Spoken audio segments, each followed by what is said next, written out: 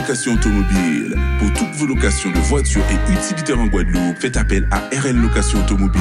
Avec RL Location Automobile, réservez en toute tranquillité, 7 jours sur 7, 24 heures sur 24. RL Location vous propose une large gamme de voitures et d'utilitaires au meilleur prix sur le site internet www.rl-location.com. RL Location, c'est aussi l'assistance et la livraison. Pour tout renseignement, contactez-nous au 05 90 106 687. RL Location Automobile, la location en toute simplicité.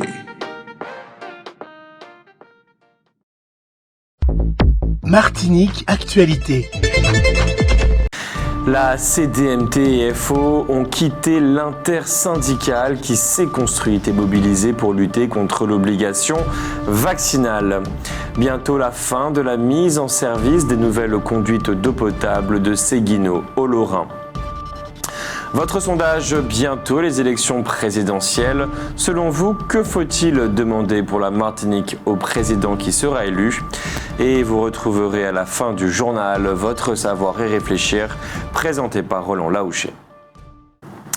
En cas de stress trop important, vous pouvez utiliser une huile essentielle, soit par inhalation, c'est-à-dire en la respirant, soit en massage. La verveine citronnée est propice au sommeil. L'air aujourd'hui est moyen, il devrait le rester demain. Félicien Elisabeth dit Jeannot, ancien entraîneur du Good Luck et de la sélection de Martinique de football, est décédé samedi 26 mars à l'âge de 90 ans. Jeannot était un homme particulièrement sympathique, affable. Sa veillée a lieu ce soir au stade Louis-Achille de 18h à 22h. La cérémonie religieuse se fera en l'église de Bellevue demain, jeudi à 11h. Compte tenu de la crise sanitaire liée à la pandémie de Covid-19, la collectivité territoriale de Martinique informe les opérateurs de la pêche, de l'élevage, de la transformation ainsi que de l'écoulement de certains produits de la pêche et de l'aquaculture que la date limite de dépôt des dossiers de demande d'aide relatifs au plan de compensation des surcoûts, le PCS, pour le second semestre 2021 est reportée au jeudi 31 mars 2022. Pour tout renseignement supplémentaire, rapprochez-vous de la CTM. À propos des vigiles blessés devant l'hôpital Pierre Zobda-Kitzmann, nous avons reçu un autre témoignage de soutien. Il s'agit d'une lettre que signe le docteur Barnet José Louis pour le bureau de la section hospitalière du syndicat des médecins. Voici cette lettre. À l'heure où nous devons tous faire preuve de courage, de détermination et d'inventivité pour maintenir le fonctionnement de nos services, de nos équipes et de nos établissements, nous déplorons l'escalade de la violence dans nos lieux de soins. Nous devrions tous concentrer notre énergie pour assurer la qualité et la sécurité des soins pour nos patients, lutter pour améliorer nos conditions de travail. Quel que soit le combat et la détermination, rien ne justifie autant de violence.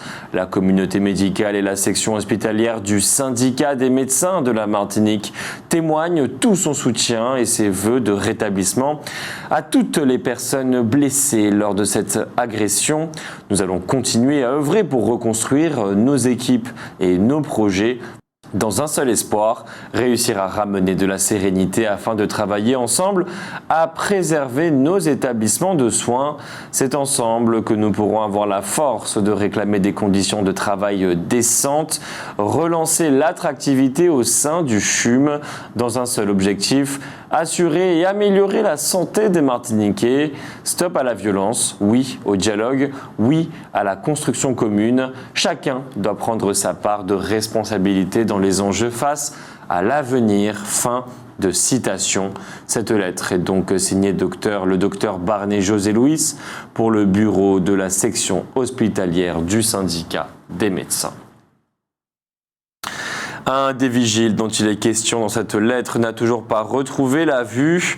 Une réunion spéciale du CHSCT, Comité d'hygiène, de sécurité des conditions de travail, s'est tenue hier pour prendre des mesures visant à renforcer la sécurité aux abords du CHUM. On avait pensé que le tribunal judiciaire prendrait sa décision hier, mardi, dans l'affaire de l'Adarpa, mais il n'en a rien été. Les magistrats ont jugé que seulement 3 des 5 offres déposées sont recevables et a mis l'affaire en délibéré. La décision sera rendue le 12 avril. Rappelons que l'Adarpa avait une dette de 8 millions. Rappelons aussi que le personnel avait entrepris de constituer une SCOP, Société coopérative et participative, mais le temps lui a manqué pour finaliser ce projet. Le 11e critérium cycliste des quartiers du Lamentin va commencer demain, jeudi 31 mars, et va durer jusqu'au dimanche 3 avril.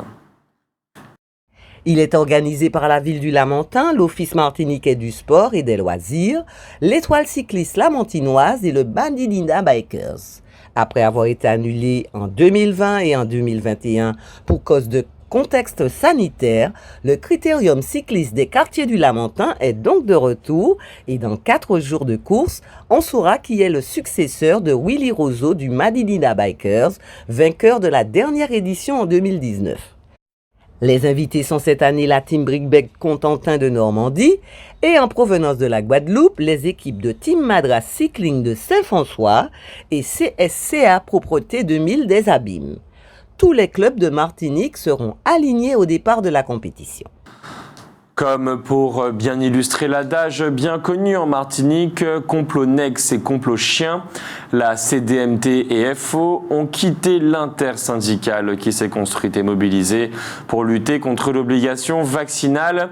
L'intersyndicale est donc désormais composée de l'UGTM, de l'USAM, de la CGTM, du syndicat des pédicures et podologues, de Convergence infirmière et de l'Union des sages-femmes. C'est vendredi que devrait intervenir la baisse de 0,15 centimes par litre sur le carburant. Pour un achat de 50 litres, on gagnera 5 €. Le psychanalyste Sigmund Freud l'a démontré depuis longtemps. Les 3 premières années d'existence d'un individu sont fondamentales pour la suite de son existence.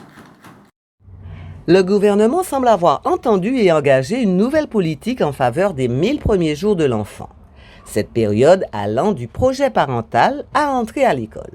C'est dans ce cadre qu'un appel à projet a été lancé en juin 2021 en Martinique par l'Agence régionale de santé et la Direction de l'économie, de l'emploi, du travail et des solidarités. Le 24 mars, à l'IMS, l'Institut martiniquais des sports, les 12 projets retenus ont été présentés au public. En voici quelques-uns. Le mouvement d'Uni met en place des ateliers de médiation artistique et pluridisciplinaire sur la parentalité et propose de lancer un nouveau centre de jour gratuit pour les enfants des femmes victimes de la prostitution. Art Incidence met en place des ateliers de sensibilisation artistique, d'éveil sensoriel et de pratiques somatiques pour participer à la construction du lien maman-bébé au sein du centre maternel SOS Maternité. L'organisme Accueil Soutien Insertion Sociale Adolescente Enceinte propose des ateliers temps bébé, bien-être global et éveil jeune enfant. La ville du Robert propose des activités d'éveil à la lecture pour le bébé en le sensibilisant aux sons et aux matières de la grossesse jusqu'à 3 ans par des bains de livres, des séances de lecture, des mises en scène.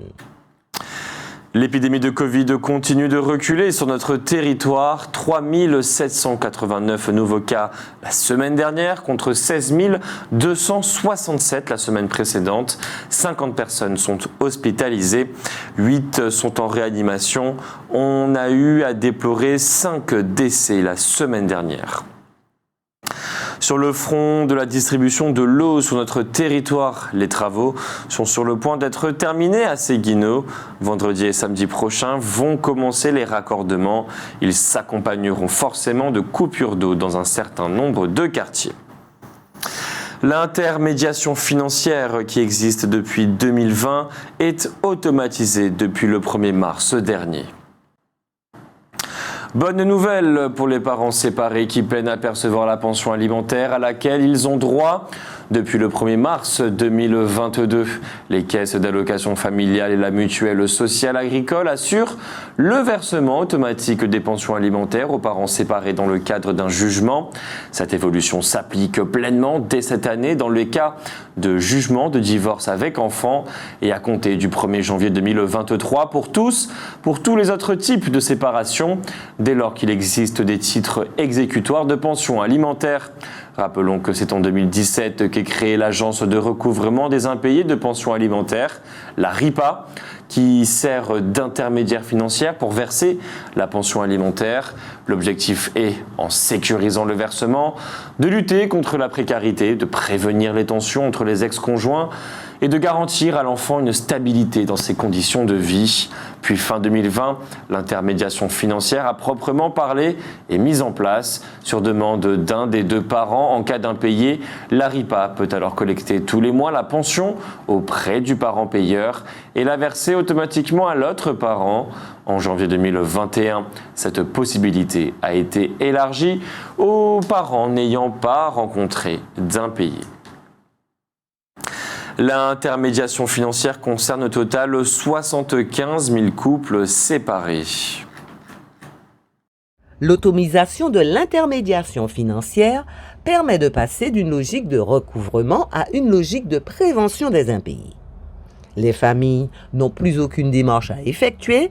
Désormais, lorsqu'une pension alimentaire est fixée à la suite d'un divorce, les juges transmettent directement leur décision via le portail de l'ARIPA, sauf si les parents s'y opposent tous les deux, en sachant qu'il est toujours possible de changer d'avis. Pour mettre fin à l'intermédiation financière, il faut l'accord des deux parents. En cas de violence conjugale, l'intermédiation financière est automatiquement mise en place, même si les parents la refusent, afin d'éviter toute pression de l'un ou de l'autre. Ce dispositif permet aussi d'engager dès le premier mois d'impayé une procédure de recouvrement. Les salariés de Brasserie Lorraine continuent la grève qu'ils ont commencé lundi. Selon eux, le conciliateur mis en place, Maître Miroite, ne fait en réalité aucune proposition. La fin de sa mission va intervenir le 4 avril. Les grévistes réclament une augmentation de salaire et de meilleures conditions de travail.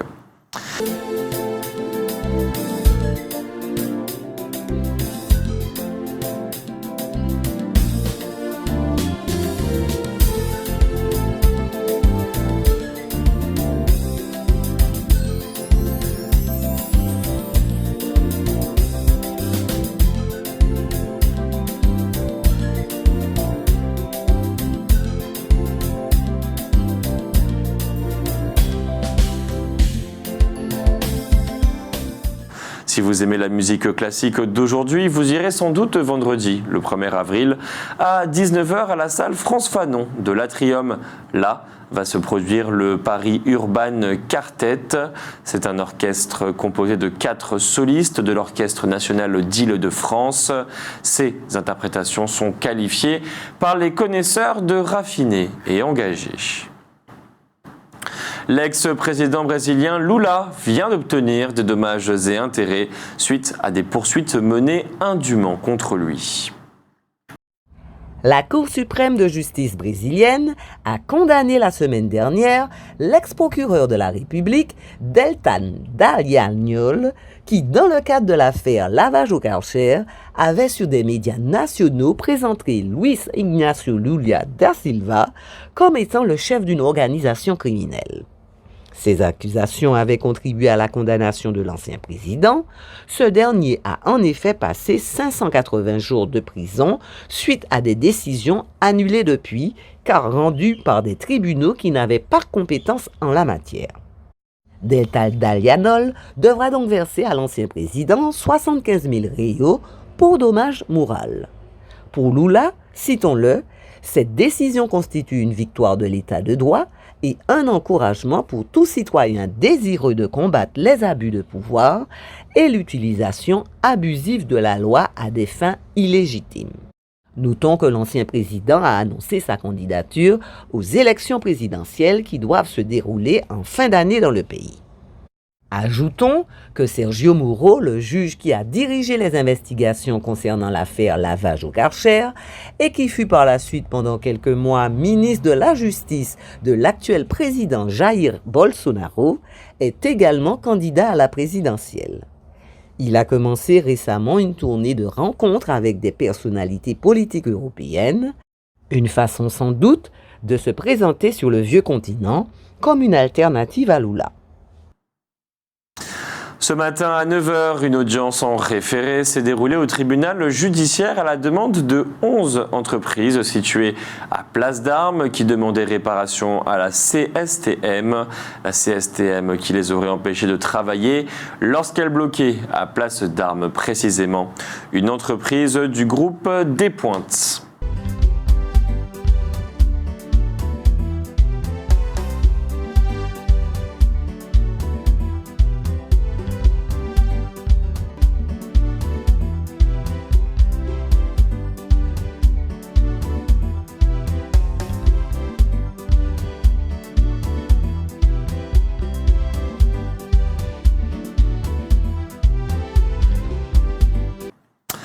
Un rapport établi par le Sénat est donc a priori au-dessus de tout soupçon. C'est étonné des nombreux contrats passés par l'État avec des cabinets de consultants, en particulier avec le cabinet McKinsey.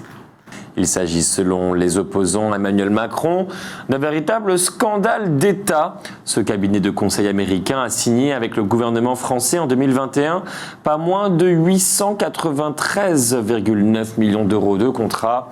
Par ailleurs, il y a 3 mois, le dirigeant d'une filiale française de McKinsey avait assuré que le cabinet payait bien l'impôt sur les sociétés en France. En réalité, malgré un chiffre d'affaires de 329 millions d'euros sur le territoire national en 2020.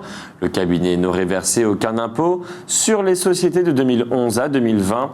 Les sénateurs pointant du doigt un exemple caricatural d'optimisation fiscale, c'est-à-dire en quelque sorte de fraude légale. Outremernews.fr, le site de l'actualité Outre-mer, 24 heures sur 24 et 7 jours sur 7. Retrouvez la chaîne Outremer News sur YouTube.